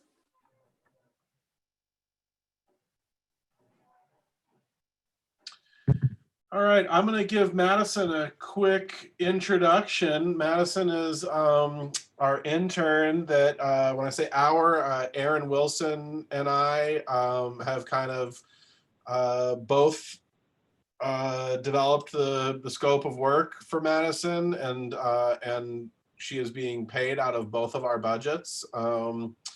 And so she is working on writing a white paper about 20-mile-an-hour speed limits that we're going to present hopefully at the October meeting, and is working in part with Jessica Goodburn on trying to help us develop a handbook for neighborhood traffic management, and then is also helping us wrap our heads around bicycle wayfinding, which is what she's going to present to you today. Perfect. Well, thank you, Ben, and thank you everyone else for letting me sit in and listen. I really have enjoyed this. I spent my whole senior year writing an honors thesis on green infrastructure, so pretty rad to see it coming into Missoula. I think it's really exciting. Let me get my screen share. Okay, perfect. I'm going to assume you can see this unless you tell me differently. So yeah, Ben pretty much covered it. I am his new intern, working on a couple of different projects related to what seems to be our overall theme of shifting the focus of mobility towards Missoula's bicyclists and pedestrians. So in this specific project, I'm working on developing a system of wayfinding in Missoula that is scaled specifically for bicyclists and their unique needs. So my hope here is to bring you up to speed as to where I am kind of in the process and in the research, and ask for some feedback. So in this, where I am right now is that I've really, Ben and Aaron and I, we've identified 3 primary areas of need. The first 2 arising from really what is a bike specific issue. And it is that, you know, cars can recognize anything that's asphalt and that's wide enough for them to go on as a road. But bikes don't really have that luxury. Bikes are a lot more specific on the paths that are safe enough for them to go on and being able to navigate between automobile and pedestrian centric transportation systems. So, you know, our focus with, you know, the first one, identifying bike network routes, is identifying where these routes are. What is, you know, where are the places that the bikes can be? Where do the bicyclists need to be directed towards? The second is where these routes go. So if you're on the route, needing to know kind of if it's turning left and if it's navigating through a park. And then the last is the more commonplace understanding of wayfinding signage, which is what we have for our cars. The routes, the destinations are big green signs that let us know how many miles until we get to where we need to be. So the first, identifying our bike route or our bike network routes, being able to see them while off route with our signs and our painting, even though I think it was mentioned earlier that ideally we'd like to have places where bikes can be and we don't have to just indicate where they should be based on paint. It is nice. It is nice to have something. Next is locating routes while en route, you know, something like painting the ground or being able to identify with street signs that you are approaching, crossing, interacting with another bike route. And then the last is our sense of place. So using kind of a combination of the design of the signs themselves and then the eventual design of the bikes on the network. Being able to bring that in as the intuitive understanding for bicyclists on how to navigate within this bike network, as we can as drivers. When we see the roads, we have a pretty intuitive understanding of where we can and cannot put our cars. So next, when I was going on a bike ride through our greenways through town, here's a really great example of the ease of use. So this is the Schilling Greenway here on the right. It shoots, past 10th Street, goes through Franklin Park, and then kind of meanders up Schilling. You have to take a left on 7th and so forth. And so, while I didn't change the route I was using at any point or even my destination, those little nuances of, the path is going into the park. Parks are throughways, which is something you don't think about when you're driving. And being able to orient people through what does not seem necessarily like it is the throughway, like here in the lower left, taking the left on 7th and circumnavigating or going around that fence. And then last, having these signs that let us know the pertinent route options, the mileage it takes to get there, different destinations along these routes, and kind of an estimate of how much time it'll take. So here is a direct scan from our wayfinding plan for Missoula, the merge wayfinding.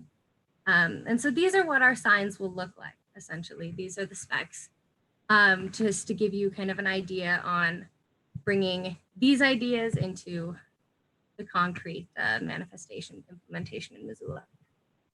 So all of this comes together.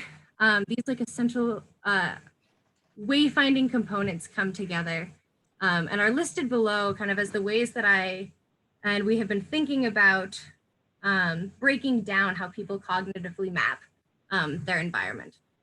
So these key items, these paths, nodes, landmarks, edges, districts, and corridors, they're the information that people need to both not get lost and move forward at a fluid pace through their environment. So the goal here is to identify these, identify how people are thinking about and navigating in their environment. So first, we have our paths, our bike lanes, shared use paths, our neighborhood greenways, and then our conservation and fitness trails. And this is a slightly outdated map, but it is so far, I want to say, the newest one that we have, of where the bikes in Missoula can currently officially be on a bike route. So next are our nodes, just kind of like hubs where all of our bicyclists will be, and a really easy way to identify those are our intersections, just any place where one type of bike infrastructure path meets another.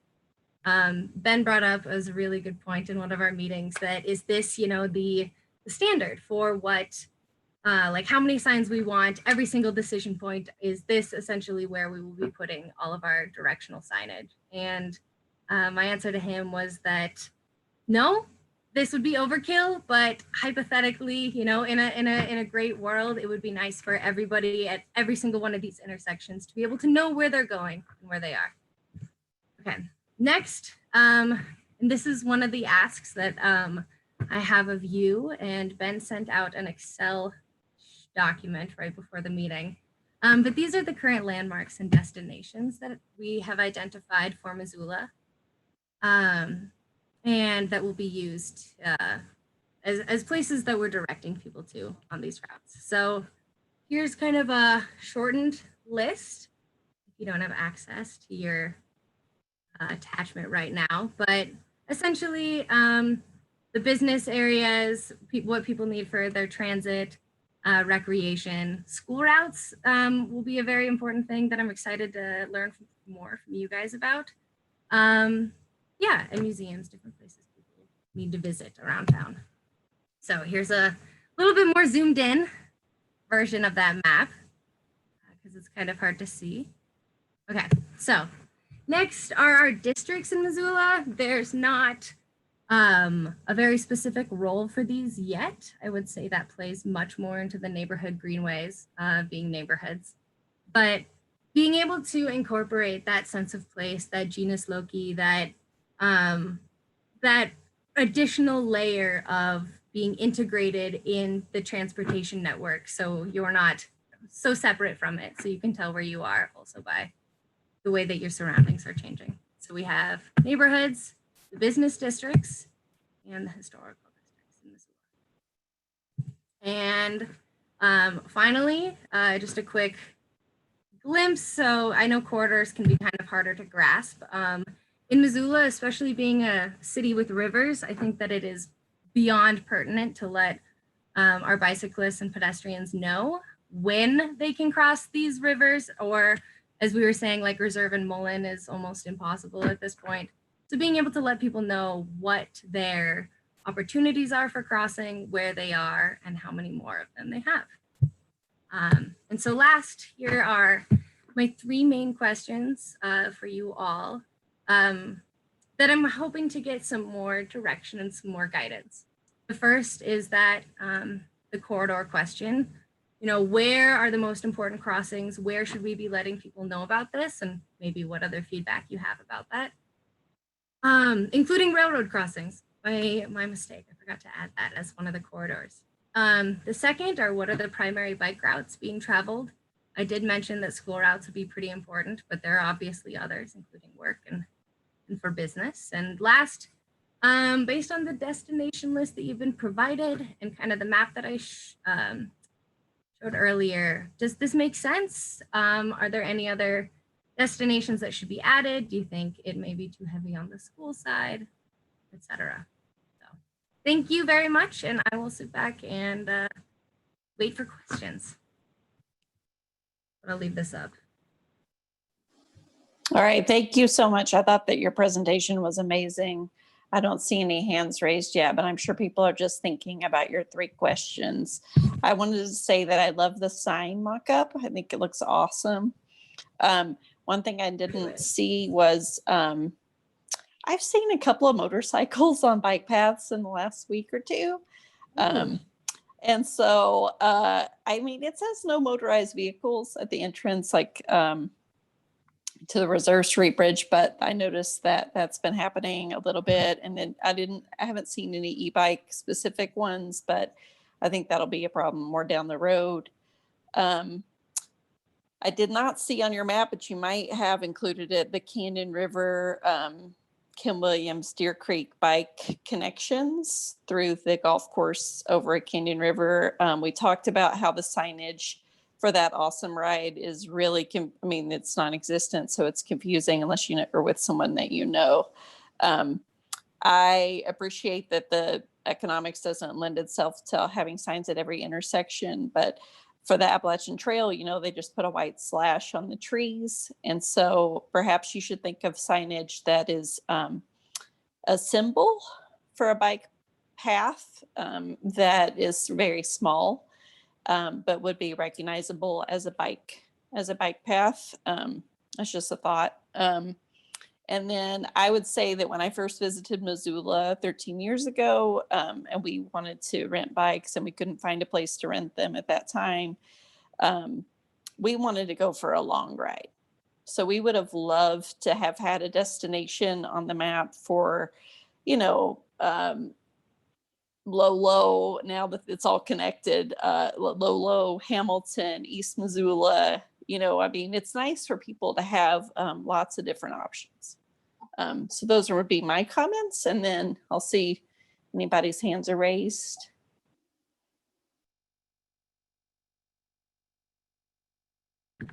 Thank you so much, Jessica. Sorry, I was writing that down. Appreciate your feedback. That's okay. So Ryan Bundy again has his hand raised. Hey, I was wondering if there was a way that you could get some locations where there's bike maintenance stations on there. That seems prudent. Yeah, absolutely. I can add those in. Is there a specific list or criteria for those bike? I don't remember off the top of my head. I mean, like Mud has one, you know, just those kind of random ones. If someone's out there. Between Mim and I, we can get you those, Madison. Yeah.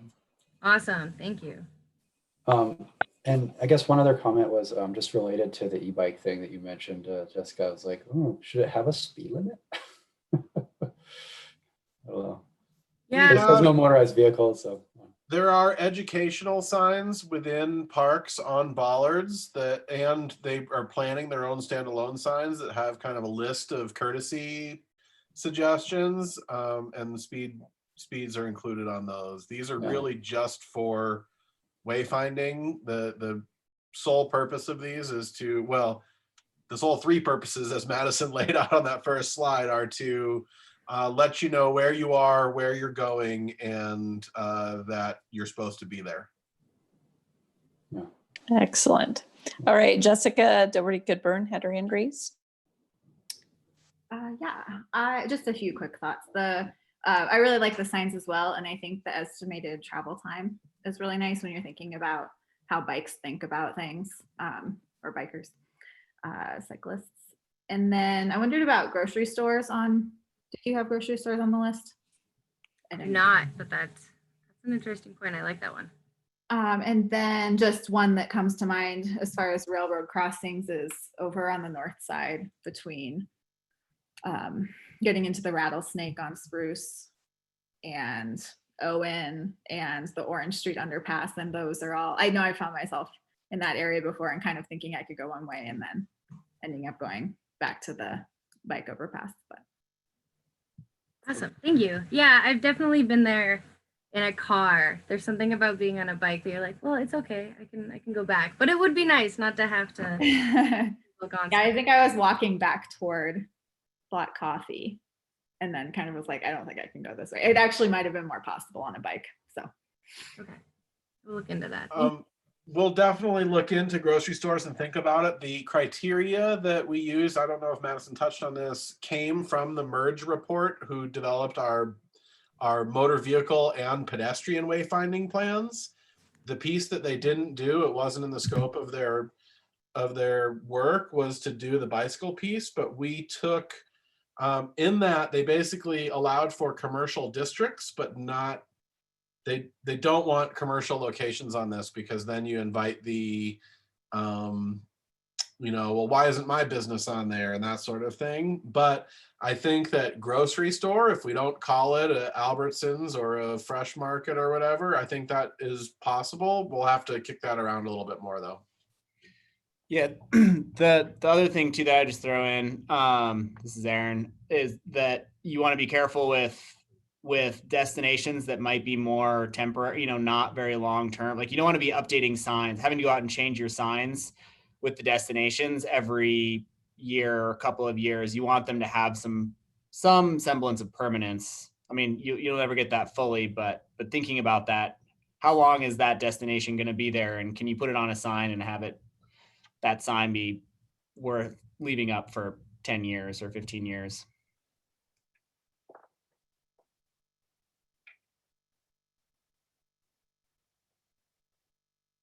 Okay, sorry, Jean had a comment. I have a comment whenever, I can't put my hand up, so this is Britt whenever it's my turn. Great, Jean, you go first, and then Britt, you go second. Okay, yeah, one of the things we're talking about the signs, in terms of where they're located from the curb, let's say. And again, some of these are going to be, obviously a lot of them where you've got on-street parking. So one of my concerns is if these are going to be located like bus stop signs or other signage along the road, I'm assuming they're going to be located fairly close to the curb. But one of my concerns is if you've got vans or RVs, whatever parked, that they're going to be blocking these signs. I'm not sure what way there is around that. If there's some way to, I'm just kind of thinking off the top of my head, as it were, wondering how we can maximize the visual access to the signs if they're going to be on streets where there's on-street parking. That's a good question, Gene, and something that we'll definitely think about. And the other piece related to that is, when do you need a sign as a bike rider? When do you need the decision sign? If you have a left turn coming up, but you don't know if it's this block or 3 blocks, is half a block enough? If there was a sign at the alley, would that be enough of a indication, or does it need to be a block and a half early, that sort of thing? Because I think that again, thinking about the neighborhood greenway network that are on streets that typically have alleys, that you could do a sign in the no parking zone right by an alley, and that sign you'd have a relatively good chance of it not being obstructed. But is that 150 feet, is that enough before if you need to make a turn before making that turn? Are you asking me particularly? Just in general, I'm asking the board what you might Yeah, think. well, just again, from my experience, I think given that these are, going to be low traffic volume streets, when they're on streets, I think a half a block is pretty decent. You're looking at, maybe 30 seconds ahead almost before you make your turn. So, either a half a block or just a previous intersection before, letting you know you're going to be turning left at your next actual intersection, not the alley, but another street. So. All right, I think Britt, I think we should go ahead. Can you hear me? Yes. Okay. I'm having a little trouble. It's yelling at me. Okay. My comment would be about at the corner of First and Orange. It's difficult to cross. It'd be nice to have a sign there that says, "Hey, there's a tunnel over here." That's what I'd like to see, is when people are crossing in the wrong space, put signage to tell them where the right place is. So that would actually require having signs off of the main route, because I think that's where they're so critical, is when people are just, tantalizing 50 feet away from a much safer crossing, but they can't see it and they don't know. I think that would be so helpful.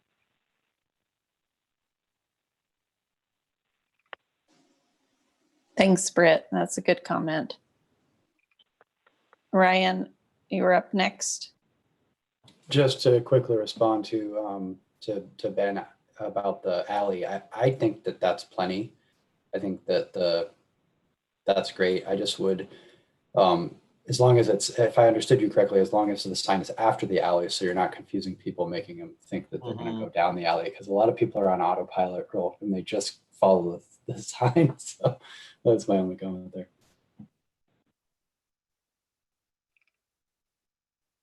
All right, I don't see any other hands up. Without any other comment, I just want to thank Madison. I feel like this is amazing and will be really transformative to visitors and to people who live here and help them bike more. So thank you so much. If we can help in any other ways, let us know. Thank you. I really appreciate it. All right, so we have had a very full meeting this time. The committee reports, I just want to see if anyone's committee had any meetings. If you did, go ahead and let me know. Okay, seeing none, the old business will table until the October meeting, which is the local street speed limits continuation of annual priorities. So what that means is between now and October, I would like people to think of what they want those priorities to be. What are your statutory obligations that will never change from year to year, or might eventually change, but we know what the expectations are for, I think, 4 of our months, basically. And so what we need is for you to really soul search and have ready to discuss next time what you want to spend the rest of the time thinking through.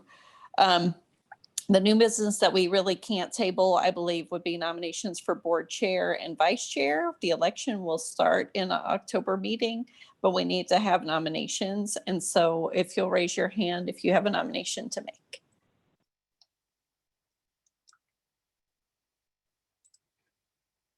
This is Britt. I would like to nominate our current chair, Corey Simonson, for chair.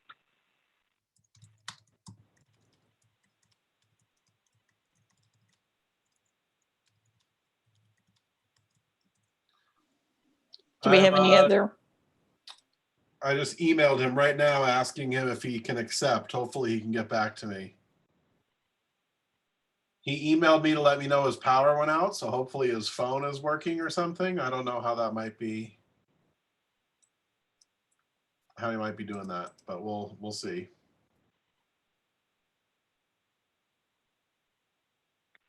for what it's worth, I don't know if this can be official, but he and I had talked about it, and he is willing to serve, he told me, but that's hearsay. So, you know, if you need to hear it from him. It would be good for the record. That's the tenor of the conversations with me, and has been that too, is that he was, I think, willing to serve. Okay, while we're kind of waiting for that, I think we should move on with the announcements. Does anyone have any announcements for the board? No? I want to announce that the Commuter Challenge is coming up. Hopefully you're signed up to Missoula in Motion's newsletters and have seen that, or you work for an employer who has signed up. I know that it can feel a little weird to enter into a commuter challenge when a lot of people's commutes consist of walking from their bedroom to their home office. But that really does, that's a vehicle trip that's not being made, or potentially a vehicle trip that's not being made. And teleworking has been kind of a component of Missoula in Motion's strategies for years and years. And a minor silver lining to the pandemic is that this has really put into focus what that can look like for both employees and employers. And so we're really embracing that and encouraging people to log those trips for their workplace. And again, that's if you are commuting and you are getting there some other way than driving alone, that's wonderful. But really, now and into the future, if you can work from home even one day a week, that's a 20% reduction in your driving habits. So it has a big potential to have a big impact on our congestion and air quality in the community. And I saw James' hand up. Sorry, James, I didn't get you. I was just going to ask Jesse if you would accept a nomination for vice chair. I would. Okay, I'd like to nominate Jesse for vice chair. Thank you. And just to keep moving through the agenda while we wait for Corey, our next scheduled meeting is October the 6th at 3 p.m. virtually. I don't know if anyone has any other items or how we should leave this as far as Corey goes. He's been nominated. He could always decline at the next meeting when the election will happen if that's what he wants to do, and then we would have to renominate. Okay, well, I think in the interest of everyone's time and honoring the meeting time, we should just say it's pending and we'll wait until next meeting. I'll say, unless there are any objections. Before you adjourn, I want to acknowledge that this was a long meeting of presentations, and I appreciate everyone's willingness to do that. I know that there has been some desire to really start discussing board priorities outside of what the city brings to you. And Jesse even made a pretty cool spreadsheet to start thinking about how we could schedule out some of those things. So again, please look at it, and we plan on reserving a good chunk of the meeting time next month to having that discussion. All right, thank you all for being here, and we'll just say that we adjourn at 5:04. Have a good evening. Perfect. Thank you.